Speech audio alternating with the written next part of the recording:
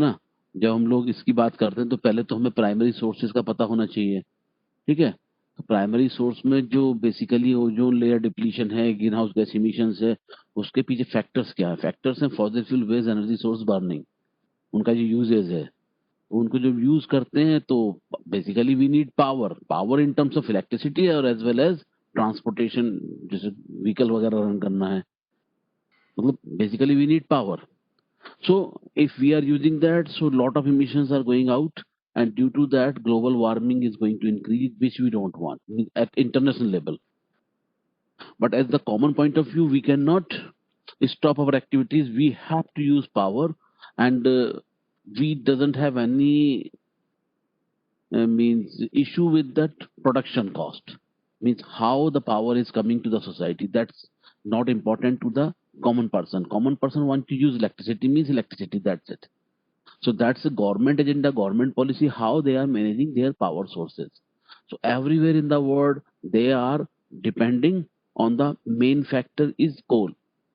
So like that in India, 53.3% is the coal share.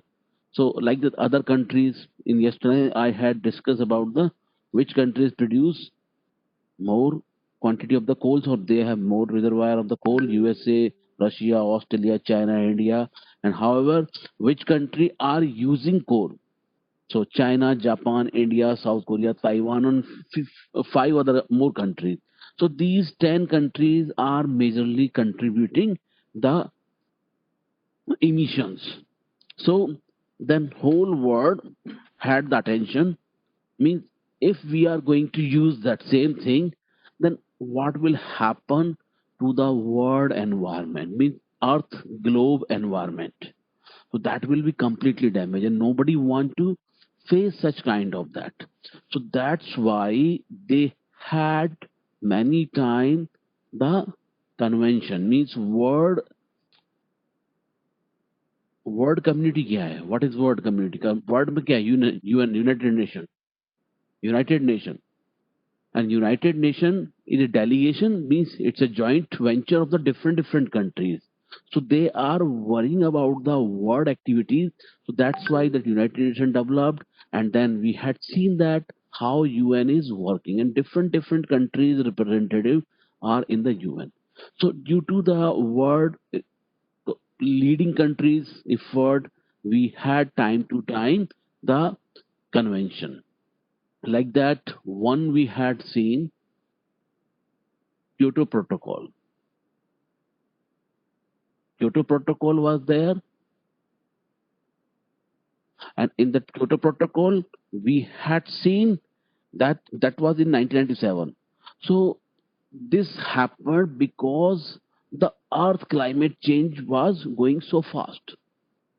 It's every year or within a decade that climate is going to change timely. They're not raining and windy, and a lot of more radiation is coming, and means heat content increase, so glaciers are going to melt. So automatically it can understand that, means if glacier will melt, then we will have a trouble. So we don't want. So world countries paid attention on it, and then we had a Kyoto Protocol. And in that protocol, that was requested to the countries, and requested to whom? Majorly,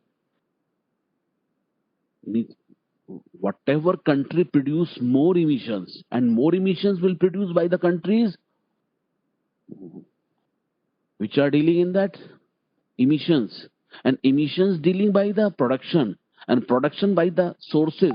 So they were using more oil, more gas, and more coal in their power production, in their industrial sector. So lot of emissions are going out, and that very well understand that US, China, India, Australia, European communities, those countries are dealing in that. So small countries, they don't have any kind of huge quantity of the source, and their population is so small, their area is so small, so they did not contribute it. So the world community asked to the majorly contributors that you have to stop that activity. They did not force. to reduce the power production. They ask them, you do whatever you want, but you have to reduce the emissions. If you need more power, you will go through by the renewables. Go by the wind energy, go by the solar energy, go by the OTEC, go by the biomass gasification, biofuels, like that. So is agreed on it and few are not. They said, no, no, we cannot compromise. We have to provide the electricity support to our industry sector. So we cannot cut the power production. Even we are not in the stage to put more power plant by the renewables. So those countries did not follow that. So what happened? The world divided into the two category, developing versus developed category. Abhishek ji, एक minute. So world divided in two category. Okay. अभिषेक पांडे नहीं है. आदित्य नारायण, अंकित Verma. Yes, sir. हाँ. So the world divided into the two category regarding the energy point of view. So did क्या policy है? So, what I've heard that the developing nations have quite the resources to, as you said, power producing, but as well as managing their carbon footprint. So there was a policy that the less developed countries who are capable of producing power but not controlling their carbon footprint, the developed nation can help them to lower their emissions, and so that the overall carbon footprint over the climate would be reduced, as they don't have sources and they will provide the sources to them. Okay, correct. So what happened? The developed countries are going to help the developing countries. And developing countries, the development was going so far, like that India, China, Brazil. So developed countries said we cannot cut our power production. However, to get the carbon credit means to produce more renewable energy based power, we can support to the developing countries so that developing countries can increase their power production, or as well as they can increase the efficiency of their power plant. Like that, suppose a power plant efficiency 30%, and developed countries said we will provide you the technology so your efficiency will be 50%, so that 20% efficiency will increase, so you will produce the 20% more power, and that means within the same quantity of coal you will produce more power. So if you will produce the same power by the same source, same efficiency, then how many tons of carbon will go out? That is basically saving, so that called carbon credit. So then you can save that coal or save that oil or save that gas, so that will come to us because we are providing technology, we are investing money in your country, so that will come under our credit. So that was the starting of the CDM project, Clean Development Mechanism project. So that CDM project business was boom in the developing country, and many countries hold such kind of big project, and India was one of them. And everywhere in the India, like the metro cities, like the Indore, like the Bhopal, like the Delhi, like the Kolkata and Jammu. So those towns having many consultancy projects, because the project outsourced to Indians. And Indians means how a consultancy will help it. So the consultant will go to the industry and suggest them. Like that one case, you are running an industry and you need the steam. So steam is basically coming by the boiler section. So boiler is a equipment which is operated by the electricity, by the coal, by the any kind of source, because you have to boil the water and then produce the steam at a pressure. So if you burn the coal, that means lot of coal will burn and smoke will go out. So emissions are going to release. So another thing is that a consultant can help you. You must go by the water heating system concept.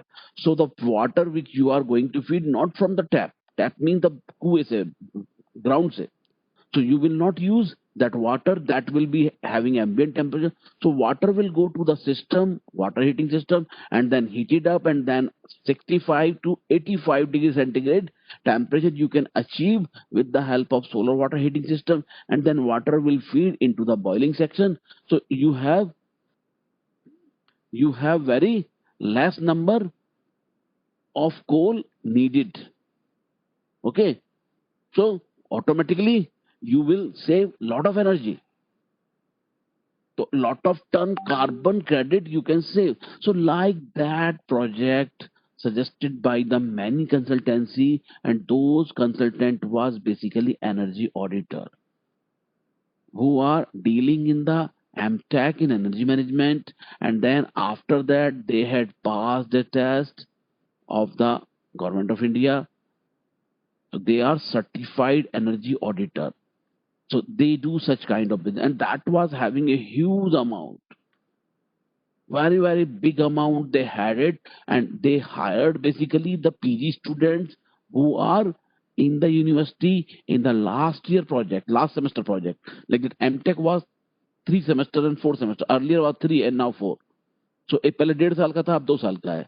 So what they do generally, so they contact to the college and then they ask their students, and in every university and college, if they are having MTech, the seats are 15 to 18 as per the AICT approval. So 15 students want to do the project, so they will go different consultancy, and those consultancy had is certified energy auditor. So they got these students, and then they assigned the project to student, and student will go to the industry, and very less amount consultancy paid to the student. However, the project was done well, and then they made lot of money. And after the project, when the students submit their project, the consultancy offered the position to the trained student. Please, you join in our consultancy. So student joined with them in hardly 1 2 year 3 year, and then they see that they are getting very less amount, and the consultancy made lot. So those students migrated to their own business. So then a new consultancy started with their own umbrella. So like that. So CDM projects business was like this. So lot of country they had started such kind of business, and that was just because of the Kyoto Protocol. And then many companies delegation, they visited to India, to visit to China, to visit to Brazil, to see the setup, how we are dealing in that. And Indian thermal power station condition was that time not so good. Efficiency was very less. So first thing is that our coal quality was not good. So our coal quality was not good. So we have to get the high quality coal. So we imported coal also, we burn that. So less emissions are going to out. So but another thing is that the handling is that many problem. And yesterday we had discussed about the ash. Okay, yesterday we had discussed about the ash content, and so how to manage that. Anurag Vishkarma.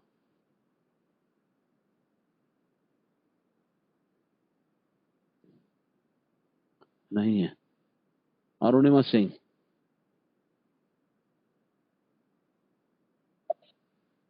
Arunima Singh. No. Ayush Joshi. No.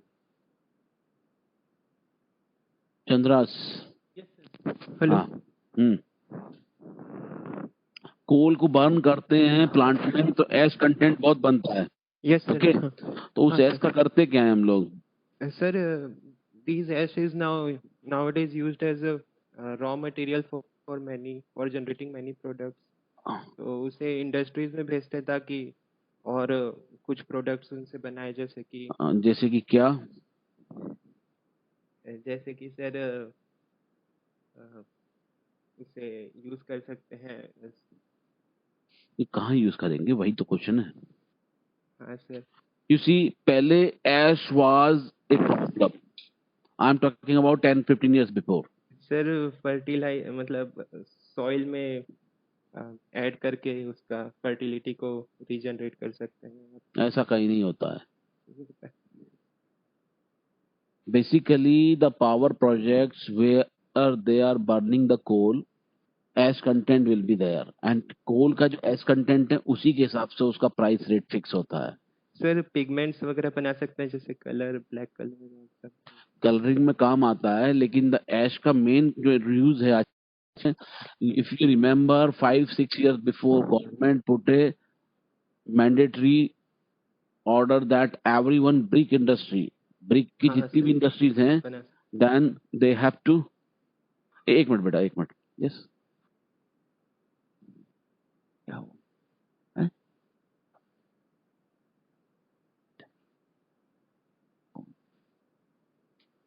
तो जो है brick industries में क्या होता है, basically brick industry जो है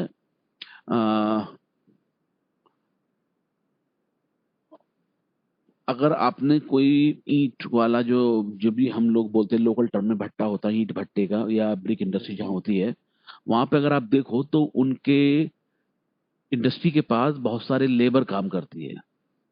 वो लेबर दो तरीके की होती है, एक तो ब्रिक प्रोडक्शन की होती है और एक होती है ब्रिक प्रोडक्शन के बाद में उस ब्रिक को उसमें फर्नेस में सेट करना. फर्नेस जब यूज करते हैं तो उसके आसपास सब ब्रिक्स, जो रॉ मटेरियल ब्रिक्स को ड्राई करके रखते हैं. मिट्टी लिया, मिट्टी को गीला किया, ब्रिक्स के सांचे में सेट किया. सांचे में सेट करने के बाद कच्ची ईंट बन जाती है. कच्ची ईंट को पकाना पड़ता है. जब कच्ची ईंट सूख जाएगी तो उसको फिर वो मैनुअली जाके वहां पे फिक्स करते हैं उसके फर्नेस के साथ, और फर्नेस में आग लगा देते हैं, जलाते हैं बेसिकली सोर्स को. तो वो बेसिकली कोल बेस्ड भी होता है, वो बेसिकली डीजल बेस्ड भी होता है, वो बेसिकली कुछ अच्छी इंडस्ट्री होंगी तो इलेक्ट्रिसिटी भी होगी. So then you can see that if the brick industry chimney means stack is going to release the emissions, आपको कैसे पता चलता भट्टा कार्य कर रहा है नहीं कर रहा है, इंडस्ट्री कार्य कर रही है? आपके पास जो स्टैक है उसमें धुआं निकलता रहता है. धुआं क्या है बेसिकली? वो कार्बन डाइऑक्साइड इमिशंस है. So if that is going to release, this means that industry is working. और अगर आप देख रहे हैं कि ये तो काम ही नहीं कर रहा है, इसका मतलब इंडस्ट्री में कोई काम नहीं हो रहा. वो लोग ब्रिक्स रॉ मटेरियल बना रहे हैं, अभी अभी रेडी कर रहे हैं, फिक्स नहीं किए हैं बर्निंग के लिए.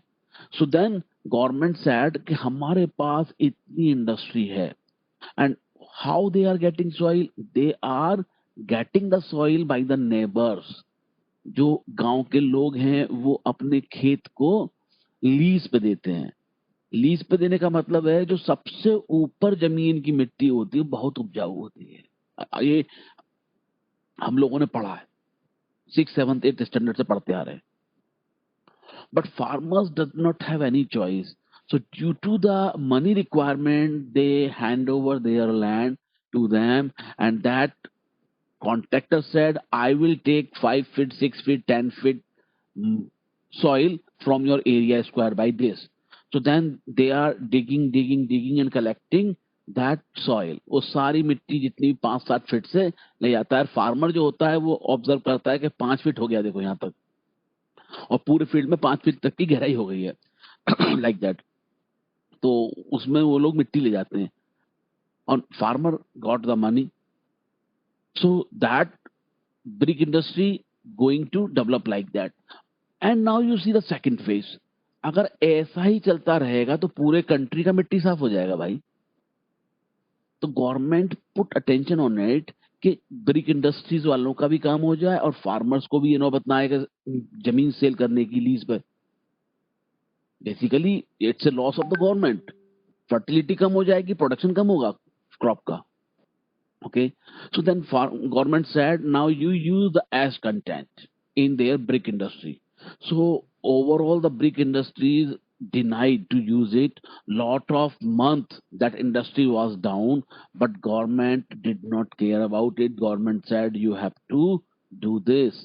Now second thing is that earlier we were making the house based on the basement. हम जब घर बनाते हैं तो हम घर को बेसमेंट से रेडी करते हैं, नींव भराते हैं पहले.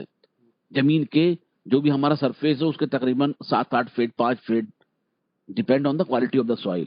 तो वहां पे जब हम नींव भराते हैं तो नींव मान लो आपका 18 सेंटीमीटर 22 सेंटीमीटर है, तो 22 सेंटीमीटर के आ रहा है 1 फीट, फिर उसके बाद में 19 हो गया, उसके बाद में ऊपर हो गया, और ऊपर आ गया 13 या 9, 13.5, 9 सेंटीमीटर होता है, 13.5 सेंटीमीटर होता है, 2 ईंट लगा देंगे तो हम लोग उस पर मकान बनाते थे. But now the technology change. Even a small house we are making, that is based on the pillars. अगर आप रियल में कंस्ट्रक्शन साइट कोई सी भी देख लें तो वहां पे आपको दिखेगा कि सारा कंस्ट्रक्शन साइट पिलर पे चल रहा है, और घर का पूरा लोड पिलर्स पे होता है, ना कि वॉल्स पे. So now you can use the bricks, and government suggested that if you use the as content into the bricks, then there will be no compromise in the quality, and that was scientifically and technically proved to them. So later on, those industries agreed to use that as content into their plant. I had been work at when I was in MPhil, 1970 to 98, and I was working in one industry as a on-site training project होता था हम लोगों का. That was Rama Phosphate Division. So in that we had seen lot of ton ash was going to dump at the last of the ground.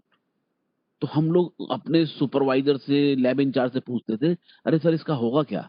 बोले कुछ नहीं, एक ठेकेदार आता है और वो लॉरी लेके आएगा, उसकी लॉरी में इसको भरवा देंगे, उसकी खुद की लेबर आती है, ले जाती है.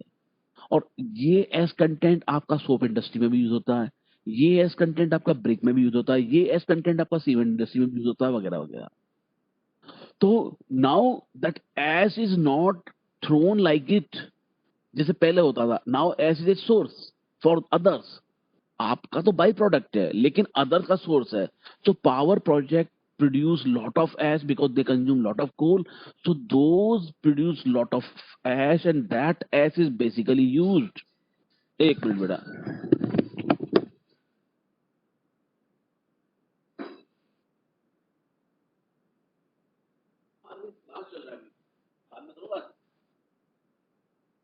क्लास में हूँ.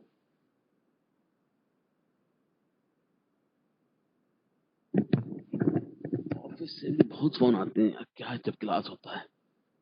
ओके, तो एश कंटेंट बेसिकली आपका जो फ्लाई एश है वो बिल्कुल फाइन पार्टिकल्स है, बेसिकली पाउडर फॉर्म में, है ना. अच्छा, उसके बाद में क्या करते हैं कि फ्लाई एश का ब्रिक बन जाता है. एक तो होता है 10% मिक्स, एक 20%, एक 30%. इस टाइप से ब्रिक्स बनते हैं. एक बनता है प्योर फ्लाई एश का ब्रिक्स, और एस्बेस्टस शीट में भी काम आता है, और एक पोजोलोना पोर्टलैंड सीमेंट होता है, उसमें भी इसको यूज करते हैं, है ना. तो इस टाइप से फ्लाई एश की ब्रिक्स बन जाती हैं. और तुमने देखा होगा फ्लाई एश का जो कलर होता है वो हमको पता है, राख का कलर कैसा होता है, ग्रे टाइप का होता है. तो आप जो इंडस्ट्री में टायर्स वायर्स देखते हैं या ब्रिक्स देखते हैं, that was made by the such kind of fly ash. और nowadays in the power project, the consumer means जो भी फ्लाई एश को यूज करती है इंडस्ट्री. जस्ट ए मिनट बेटा, एक मिनट.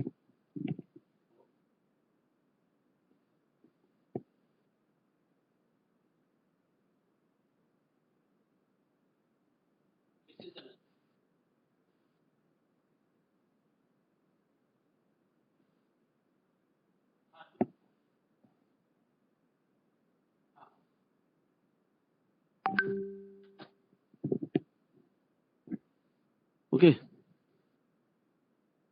तो ये था आपका, ठीक है. अच्छा, ब्रिक्स में क्या करते हैं, अब इसमें बहुत सारी इंडस्ट्रीज आ गई हैं. अब पहले नहीं था, लेकिन अब बहुत सारा इंडस्ट्रीज इसमें डील कर रहा है, क्योंकि ये एक बड़ा फ्रूटफुल बिजनेस है. अच्छा, ये तो आपका एस कंटेंट का रहा, ठीक है. अच्छा, उसके बाद में हम लोग बात कर रहे थे डेवलपिंग वर्सेस डेवलप्ड की. तो जो कोल बेस्ड पावर प्रोजेक्ट्स है उनका इफिशियंसी अब हम लोगों का भी ऑलमोस्ट उतना ही है जितना यूरोपियन कंट्रीज में है. थोड़ा बहुत फर्क तो होगा क्योंकि वहां तो टेक्नोलॉजी बहुत फास्ट है, but overall we are also dealing in the similar way. अच्छा, सेकंड थिंग, कभी तुमने सोचा है कि कोल में जो हम लोग यूज करते हैं कोल को, उसमें बेसिकली जिससे कोल का कैलोरीफिक वैल्यू 24 मेगा जूल पर केजी है, ठीक है, हाँ एक सर, हाँ रफ एस्टिमेट है, ओके। तो एक 100 वॉट का बल्ब है जो 24 आवर्स यूज करना है, 365 डेज करना है, ठीक है। हाँ तो इसको अगर हम राउंड ऑफ करें तो that would be 876 kilowatt hour. उसको ऑल ओवर ईयर ऑपरेट करने के लिए 876 किलोवाट आवर्स की एनर्जी रिक्वायरमेंट होगी हमको, ठीक है। अच्छा, 24 मेगा जूल को अगर हम किलोवाट आवर्स में कन्वर्ट कर दें, 1 kilowatt hours is equal to 3600 kilo joule, that means अच्छा 3.6 mega joule. So overall 6.67 kilowatt hours convert होता है ये। 24 mega joule is equal to 6.67 kilowatt hours per kilogram of the coal. अच्छा, अब हम कहते हैं कि हमारा जो है ये आपका पावर प्लांट की एफिशिएंसी 30% है, ठीक है। तो अच्छा 1 केजी तो 6.67 के आसपास था, और 6.67 का 30% होता है आपका 2। तो जी, आपके पास 6.67 तो एक्चुअल है, लेकिन यूज हो रहा है आपका 2 किलोवाट आवर्स पर केजी कोल। अच्छा, कोल को बर्न करते हैं तो हमको कार्बन डाइऑक्साइड रिलीज होता है। तो सपोज हमने कहा कि हमारे इस कोल में 80% जो कार्बन था, ठीक है, 80% कार्बन था, तो 1 केजी में 0.8 केजी हमारा कार्बन कंटेंट बना। कार्बन कंटेंट 0.8 केजी बना, तो उसके रिस्पेक्ट में हमको कितने टन कार्बन डाइऑक्साइड रिलीज हुई वो हम निकाल सकते हैं। 0.8 KG divided by the 12 KG पर किलोग्राम मोल, और उसको अगर रिएक्ट करेंगे कार्बन डाइऑक्साइड से, तो कार्बन डाइऑक्साइड का 44 होता है, मालूम है सबको, 44। तो then we will have 2.93 KG of 2.93 the kg। CO2, ठीक है। तो 2.93 केजी CO2 होगी। तो इसका मतलब क्या हो गया? इसका मतलब ये हो गया हमारा 1 किलो कोल जो था वो 2.93 केजी कार्बन डाइऑक्साइड रिलीज कर रहा है। हाँ सर, और ये 1 केजी कोल कितना था? 2 किलोवाट आवर्स के बराबर था।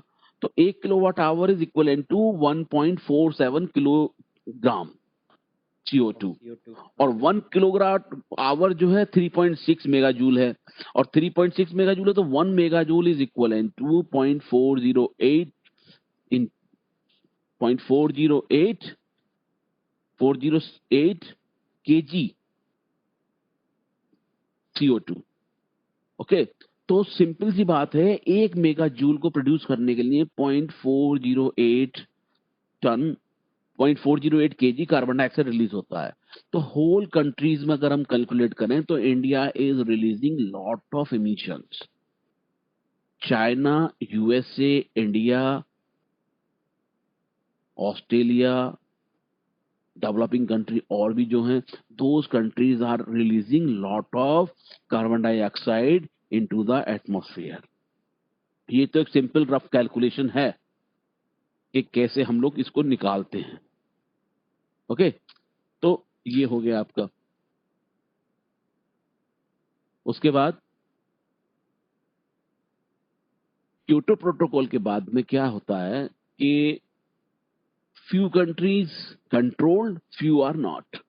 लाइक दैट कौन कंट्रोल किया? जर्मनी।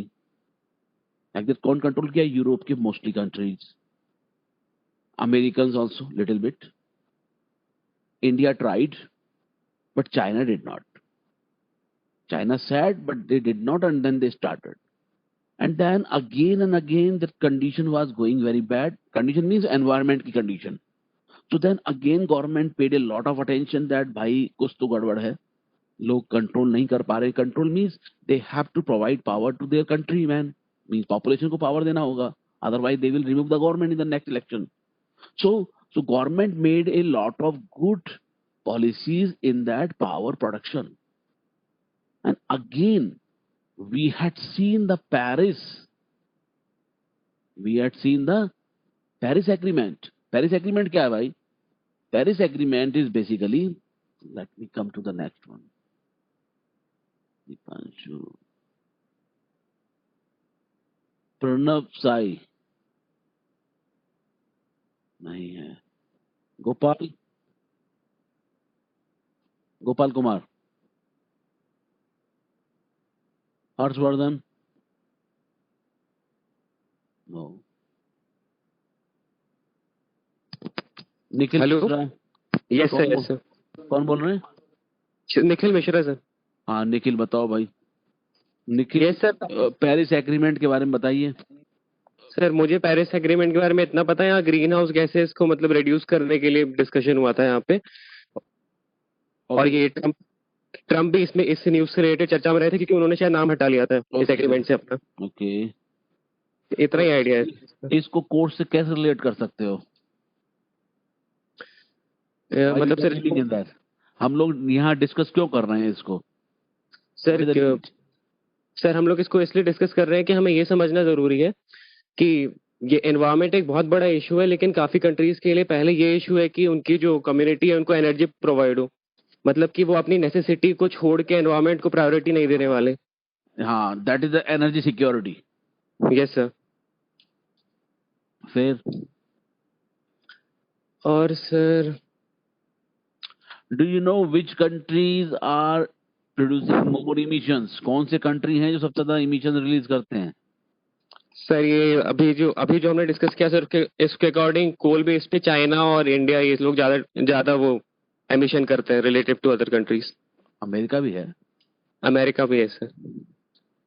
अमेरिका, इंडिया, मैंने कल बताया था ना कौन कौन से कंट्री कोल यूज करते हैं mostly. Sir USA, Russia, China, India. ये तो प्रोडक्शन, यस सर। और ये प्रोडक्शन में है, यूज और सर कर रहे हैं। चाइना, जापान, इंडिया और साउथ कोरिया। हाँ, ये कंट्रीज मोस्टली यूज करते हैं ज्यादा। Yes sir, yes sir.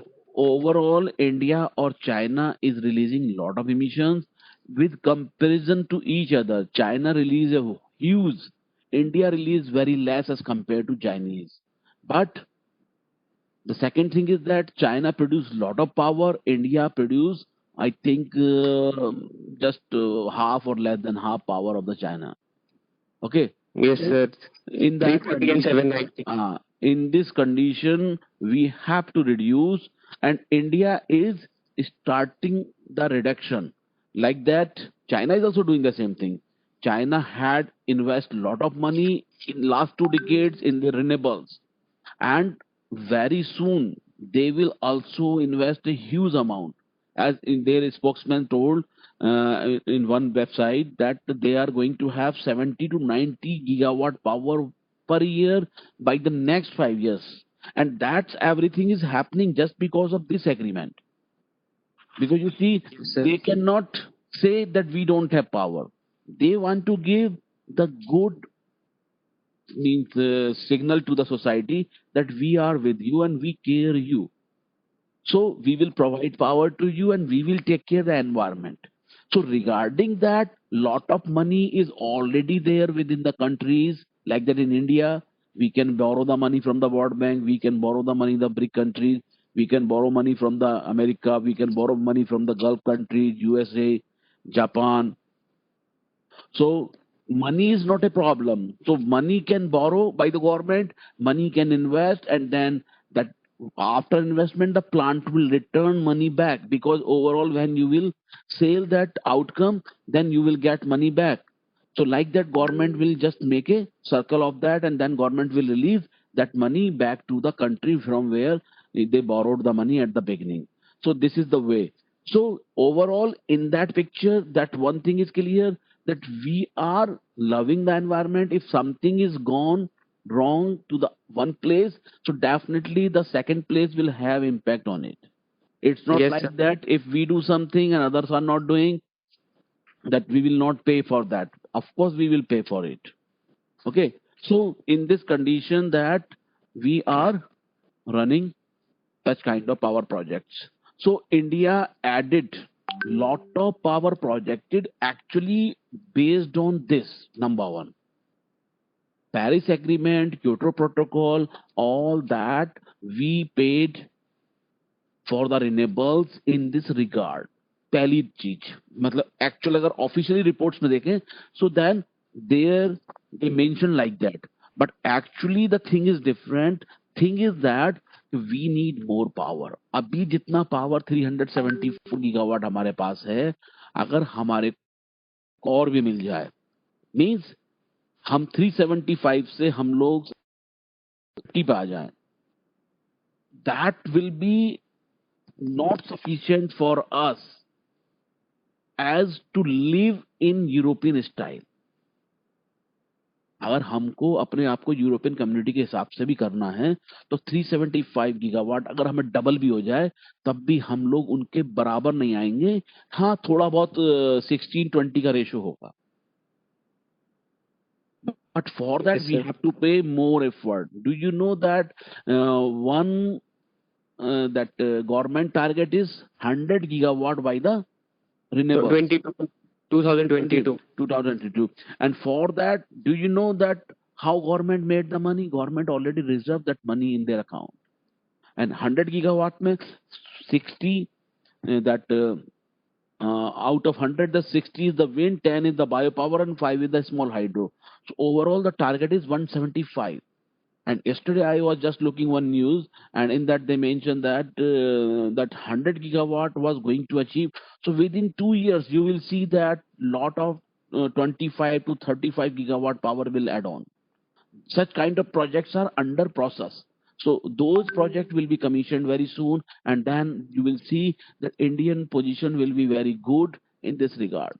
So then it will be like that. So our capacity will be 400, and then out of that 90 plus 35, 125 divided by 400, so approximate 31.3 percentage will be the share by the renewables by Renewables. 2022. And slowly in 2030 we will expand more, and 2050 many countries made the plan like that they will be completely based on the renewables. उसका मतलब ये नहीं बिल्कुल है कि coal based power project बंद हो जाएंगे. कोल बेस्ड पावर प्रोजेक्ट भी चलेंगे, बट उनका शेयर स्लोली कम होता जाएगा, क्योंकि पावर प्रोडक्शन में रिन्यूएबल्स का रोल बढ़ता जाएगा एंड नॉन रिन्यूएबल्स का रेट घटता जाएगा. इट्स नॉट लाइक दैट कि कोई पेट्रोल यूज नहीं करेगा. सब लोग करेंगे, सब लोग गैसोलीन यूज करेंगे, सब लोग टैक्सी यूज करेंगे, कार यूज करेंगे, लेकिन उसके कंपेयर में आपके पास एक ऑप्शन होगा कि आप इलेक्ट्रिक व्हीकल, आप बैटरी ऑपरेटेड व्हीकल्स भी यूज कर सकते हैं. आपको ए टू बी प्लेस जाना है, तो you don't have any interest कि मैं बैटरी ऑपरेटेड से जाऊंगा या मैं सीएनजी से जाऊंगा या मैं पेट्रोल वाले से जाऊंगा. Your main target to go from A to B town, that doesn't matter for you, but for the managers who are managing the things, for them it's very important to slowly expand the electric vehicle and reduce the gasoline waste vehicle, because of course whatever is the reservoir for the gasoline, that's needed by the countries for their military operations. National security is the first issue for everybody, and then energy security, food security. Such kind of securities everyone Yes, sir. love it, and then nobody want to lose it. So it's not like that कि petrol का use बंद हो जाएगा, हम लोग reservoir की तरफ ध्यान नहीं देंगे, या पेट्रोलियम रिसर्च बंद हो जाएगा. It's not like that. And many times when I was a student in 1997, so one of my professor, he taught about that oil is going to over, and then they showed the graph. When I was doing research, I asked to my supervisor, sir तो बताए थे कि ऐसे oil खत्म हो जाएगा. बोले कि तब तक का जो डाटा था उसके हिसाब से जो यूज था उसके हिसाब से प्रेडिक्शन दिखा रहा था यहाँ तक. लेकिन now the efficiency of the plants increased, lot of more reservoirs came to the picture, so now the case is like that 2300, and maybe when we will enter into the 2050 or 2060, the more reservoir will come. Lot of research is going on, so it's a never ending process. But as we know that sources are limited which are unpredictable.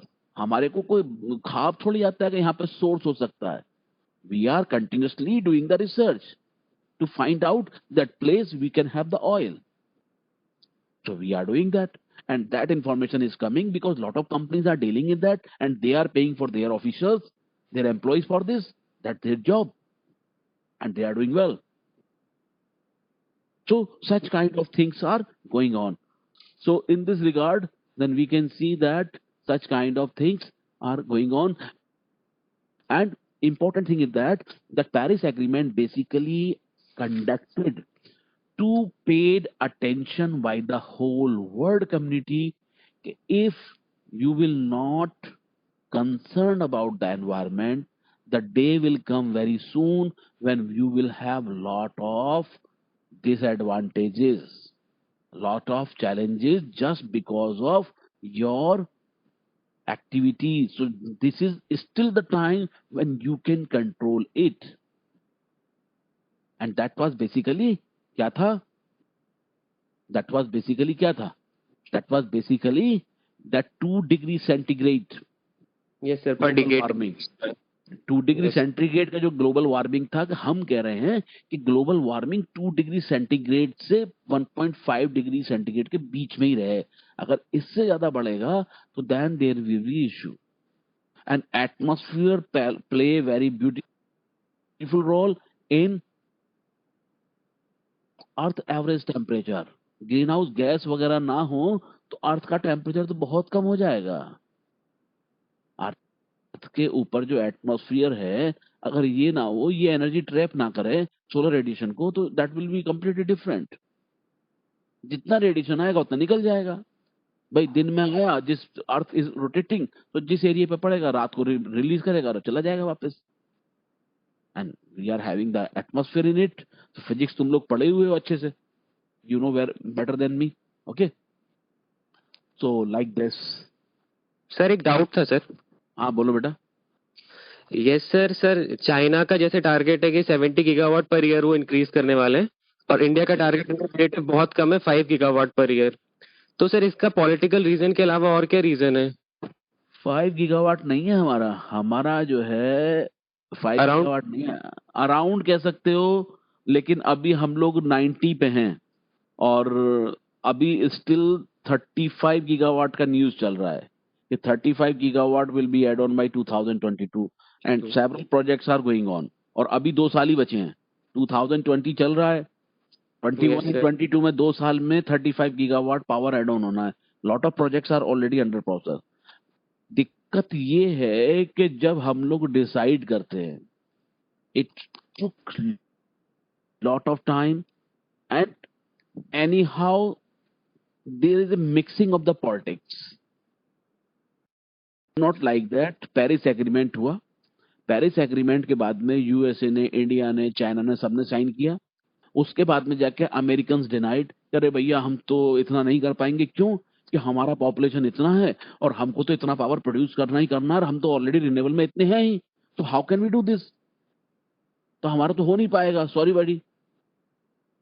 China said कि हम तो already इतना कर रहे हैं, हमने इतना कर दिया, हम आगे भी करेंगे, but we can not commit. Let's see what will happen. अब इंडिया का तो ऑलरेडी कम था. इंडिया का जो शेयर है इमिशंस में वो ऑलरेडी कम है, बट हमारी पॉपुलेशन बहुत ज्यादा, हमारे पास सोर्स इतने अच्छे नहीं है, तो हमारा पावर प्रोडक्शन बहुत कम है. तो हमको तो अपना पावर प्रोडक्शन बढ़ाना ही है. अगर India is going to developed category, जो कि अभी बहुत दूर है. अब से 10 साल 15 साल पहले लोग कहने लगे थे India is going to developed. Yes sir. Whatever we have right now, if we do the same thing for the next 20 years or 30 years, then we can say that we are going to developed. और अभी भी developed category के जो countries हैं, if you visit them, you can feel you are in a developed country group. India सही. में वो feeling कहीं नहीं आता है, चाहे आप नोएडा में हो, चाहे दिल्ली में हो, चाहे बेंगलुरु हो. सर ये डेवलप्ड और डेवलपिंग कंट्रीज के बीच में कोई डेफिनेशन है डिफरेंस की, या बस ही जनरली बोल देते हैं हम लोग कि यहाँ पे डेवलप एंड डेवलपिंग के बीच में डेफिनेशन ये है कि जो डेवलप्ड कंट्री थे जो हैं वो पहले डेवलपिंग कैटेगरी में थे. They were having the same kind of infrastructure whatever we had seen in India, but due to their population limitation, due to their source availability, due to the money management in that country, due to their industrialization, they export the product a lot, they earn the money, and then they invest money in their country, in their town, in their schools, in their hospitals. So now they can say everything is fully developed. India में ऐसा नहीं है. If you go into the developed country, you will see the similar kind of facilities is available in their small towns. Whatever is available in the metro city, whatever is available in the class 1, class 2, class 3 city, and everywhere there is the same. If you go to that village, then you will find the same. Just example of the South Korea. I was there in a 1.5 year, in 2004 to 2005. And many times I had visited their villages. उनके गांव में भी जाके ऐसा नहीं लगता था कि एक गांव है. हमने देखा कि गांव में घर है, उसके पास एक खेत है बहुत बड़ा, और उस बहुत बड़े खेत के बीच में एक छोटा सा घर है. उस घर के आसपास एक पोर्च भी बना हुआ है, सड़क बनी हुई है अंदर घर में, और डिफरेंट जगह जगह प्लांट लगे हुए हैं. तो हमने देखा बाउंड्री तो थी नहीं, कांटे के तार लगे हुए थे, वही सब जैसे बाउंड्री होती है हमारे यहाँ. तो देखा वो आदमी काम कर रहा है, उसके घर के बाहर फर्स्ट क्लास गाड़ी खड़ी है, उसके घर के बाहर फर्स्ट क्लास ट्रैक्टर खड़ा है, लॉरी भी खड़ी है. लॉरी इसलिए खड़ी है कि उसी लॉरी में वो सामान सेल करने जाता है मार्केट में. गाड़ी इसलिए है कि जब वो सामान वामान बेच के आता है, शाम को शहर में घूमने जाएगा, बियर पीने जाएगा, because they love enjoyment. So evening time they use like that. उनके घर में इलेक्ट्रिसिटी 24 आवर्स है, टेलीफोन कनेक्टिविटी 24 आवर्स है, और the lot of area they covered themselves and hardly 2-3 persons are there to manage their production. And irrigation point of view no issue, electricity point of view no issue. So only they have to spend time and they are happy. कोई tension नहीं, कोई शिकन नहीं, first class production होता है.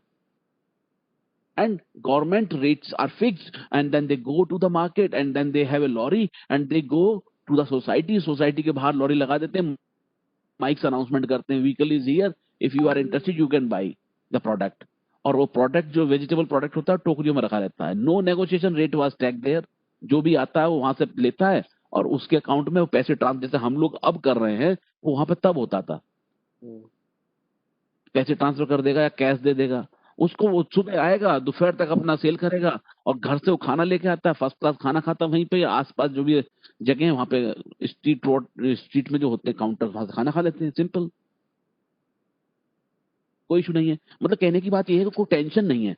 They love their living style, और that's happen because उनके पास सफिशिएंट अमाउंट ऑफ थिंग्स हैं. उनको कोई टेंशन इस बात की नहीं है कि मेरा क्या होगा. हमारे यहाँ तो यही टेंशन है कि अगर कोई आदमी बीमार हो गया तो उसको हॉस्पिटल में इलाज मिलेगा कि नहीं मिलेगा. वहां तो नेशनल पॉलिसी है, वहाँ नेशनल पॉलिसी है. मेरा एक फ्रेंड था ताइवान में, वो कर रहा था क्या बोलते हैं पीएचडी, नेशनल ताइवान यूनिवर्सिटी होती है हर एक जगह, हर डिस्ट्रिक्ट में. ठीक है. तो उसको कुछ दिक्कत हुई तो उसने इंडिया में दिखाया, तो उसके गले में 7 गांठ था, छोटा छोटा बॉल टाइप का, 7. तो उसने दिखाया तो खर्चा बताया तकरीबन 7,000 रुपए, सॉरी 7 लाख के आसपास हॉस्पिटल में. ऐसे ही वो कौन कराएगा, अभी तो छोटे हैं, दवाई खाऊं घुल जाएंगे, ऐसा वैसा नहीं बोला. अब वो ताइवान में है, तो ताइवान में क्या हुआ, हम भी वहीं थे. उसने अपने को दिखाया कि मुझे थोड़ा गले में प्रॉब्लम हो रहा है. यूनिवर्सिटी का ही हॉस्पिटल है, ठीक है, तो नो फीस. कार्ड दिखाया, एंट्री, और फीस भी कितनी है, सपोज करो आपको हॉस्पिटल में दिखाना हार्डली 10-15 रुपए की फीस है, बहुत कम. बाकी कुछ नहीं है. एक हेल्थ कार्ड होता है.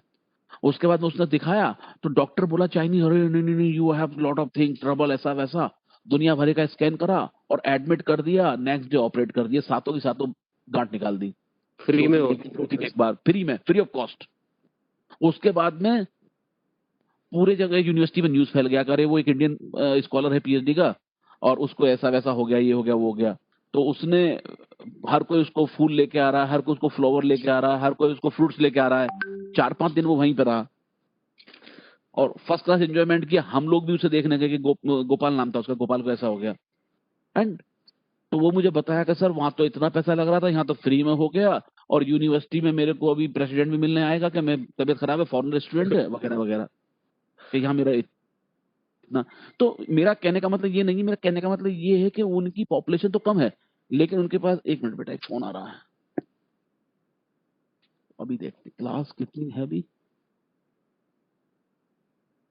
11:15. ठीक है. तो कहने की बात ये है कि उन्होंने जो है इतना अच्छा डेवलप कर लिया, पॉपुलेशन उनकी भी ज्यादा है, लेकिन उन्होंने इतना प्रॉपरली मैनेज कर लिया कि अभी हम उस रास्ते पे चल रहे हैं. और अभी हम लोग चलते जाएंगे तो 15-20 साल बाद हम लोग भी ऐसे ही हो जाएंगे. अभी हमारे पास जैसे आयुष्मान योजना जो चलती है प्रधानमंत्री वाली, दैट्स गुड. लेकिन बाकी के जो लोग हैं, जैसे भाई गरीब के अलावा जो मिडिल क्लास लोग हैं, उनको भी तो कुछ मिलना चाहिए, उनका भी इंश्योरेंस होना चाहिए हेल्थ का सबका, उनके लिए भी कार्ड बनने चाहिए, उनको भी कुछ प्रोटेक्शन होना चाहिए कि this disease if happened then you will have such kind of security. हम लोगों को अलग से Yes, कराना sir. पड़ता है, लेकिन वहां पे मैंडेटरी है। अगर आपके पास आपका हेल्थ कार्ड नहीं है, सपोज आप कहीं घूम रहे हैं, सडनली पुलिस वाला आया, उसने आपको पकड़ लिया, अगर आपके पास वो कार्ड नहीं है तो आप छूट नहीं पाओगे, वो आपको ले जाकर बंद कर देगा। मतलब बाद जैसे यहाँ लाइसेंस है वहाँ वो भी हाँ, कंपलसरी है। बाद में आपके घर का कोई बंदा आएगा और वो बताएगा नहीं नहीं तो चाइनीज ही है, तो ताइवान का ही है, तो कोरिया का है, तो आप छूट पाओगे। तो इसलिए वहां पे इस टाइप का आइडेंटिटी कार्ड सबकी जेब में होता है। हम लोग की तरह नहीं, कि हम लोगों में क्या है कि हमारे बच्चे अगर स्कूल जाए तो कौन कार्ड लेके थोड़ी जाएगा स्कूल में, वहां तो बच्चा बच्चा स्कूल जाता है तो अपना कार्ड लेके जाता है अपने पर्स में, और उसी कार्ड में सब इंफॉर्मेशन होता है। अभी हम लोग लाइक दैट आरटीओ ऑफिस में देखते हैं कि सब डाटा ऑनलाइन है, यस सर। लेकिन वहां पे क्या था, वहां पे आपकी गाड़ी खड़ी है अलग इलीगल, तो वहां पे तुरंत वो एक हैंडमेड मशीन होगी, उसमें लाएगा, नंबर डालेगा, तुरंत आपकी गाड़ी का पूरा डिटेल निकाल देगा कि ये गाड़ी इसकी है, ये फर्स्ट ओनर था, सेकंड ओनर अभी इसके पास है, और ये कौन है, ये किस कंट्री का है, इसका पासपोर्ट नंबर क्या है, वीजा नंबर क्या है, यहाँ का कार्ड नंबर क्या है, इसकी फैमिली में कौन कौन है जो यहाँ रह रहे हैं, और ये किस हॉस्पिटल में जाता है, किस डॉक्टर से चेकअप कराता है, सब डिटेल आ जाता है उसमें। और इसका सुपरवाइजर कौन है, या ये जॉब कहाँ करता है, इसका ओनर कौन है जॉब में, एम्प्लॉई और एम्प्लॉयर कौन कौन है, वगैरह वगैरह, उनके कोड क्या है, उनके कॉन्टैक्ट नंबर क्या है, सब डिटेल फीड होता है। मान लो उस गाड़ी का नहीं पता चल पा रहा, पहले तो उस पर टैग लगा देगा कि आपको फाइन हो गया, आपको इतना पे करना है। आप सिंपली, आपको पता है फाइन हो गया, आप उस बिल को लेंगे और सीधे किसी भी मेडिकल स्टोर में या किसी भी किराना स्टोर में जाएंगे, वो शो करेंगे और मशीन लगी रहेगी, आप अपने कार्ड से उतना पे कर देंगे, दैट्स ऑल। तो आपका मैटर खत्म हो जाएगा। अगर आप पे नहीं कर पा रहे हैं, ऐसे ऐसे कम्युनिटी होता जाएगा, और फिर पुलिस वाला आपके घर पहुंच जाएगा कि आपने इतनी पे नहीं करी, आपकी गाड़ी जब्त कर रहे हैं। और इंडिया में क्या है, हम लोग गाड़ी वाड़ी यूं ही फेंक जाते हैं, 4-5 साल चलाई, 10 साल चलाई, फेंक गए। अगर हम फॉरनर में विदेश में गाड़ियां अगर डंप कर दें ना, तो अगर हम बाई चांस निकल भी आए वहां से, तो नेक्स्ट टाइम हमारी वहां एंट्री नहीं हो सकती। एक मेरे साथ का बंदा था, उस पर कार था, एग्जाम्पल है, बड़ी बड़ी कार थी, तो वो बोला कि मैं गाड़ी देखना चाहता हूँ, जिसको इंटरेस्ट हो ले लो। तो लोगों ने नहीं लिया। एक उससे नेगोशिएशन कर रहा था, तो उसने बोला कह रहे तो ज्यादा मांग रहा, मैं लूंगा नहीं, तो नहीं लिया। फाइनली उसने क्या करा कि मैं किसी को देता ही नहीं, मैं कार फेंक जाऊंगा ऐसे ही। तो जब उसको बताया कि फेंक के मत जाना, एयरपोर्ट पकड़ लेंगे, तो वो डर गया। तो पता है, वो गाड़ी को कबाड़ स्टेशन में देने गया, और उसको तकरीबन कई लाख रुपए लगे, 1.5-2 लाख रुपए तो उसे पे करने पड़े इंडियन करेंसी में, उस गाड़ी को कबाड़ में देने के लिए। और जो बंदा उससे गाड़ी मांग रहा था, वो हार्डली मांग रहा था 50-60 हजार रुपए में, और वो कह रहा था मैं इतने पैसे लूंगा, मैंने इतने के लिए सेकंड हैंड। हमारा एक क्लोज फ्रेंड था, और फाइनली उसको वो पे करना पड़ा जाने से पहले। आईआईटी रुड़की का था स्कॉलर। तो बेटा विदेश में बहुत मुश्किल है, वहां ये लोग छोड़ते नहीं है, पकड़ लाते एयरपोर्ट से, क्या आपने डिस्पोज नहीं किया अपना व्हीकल। ऐसे ऐसे केसेस होते हैं।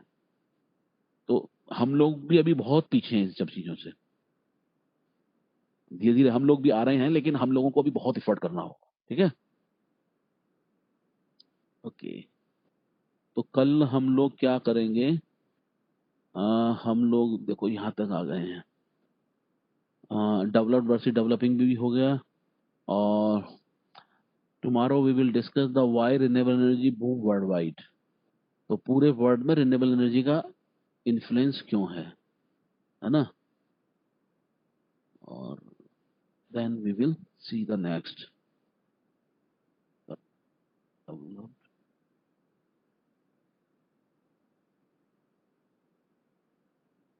और हम लोग फोकट की यहाँ टाइम पास नहीं कर रहे हैं बेटा, everything is related to the course, और जिसके क्वेश्चंस आपको मिड टर्म में फेस करने होंगे। Okay, so that's all for today, you may leave।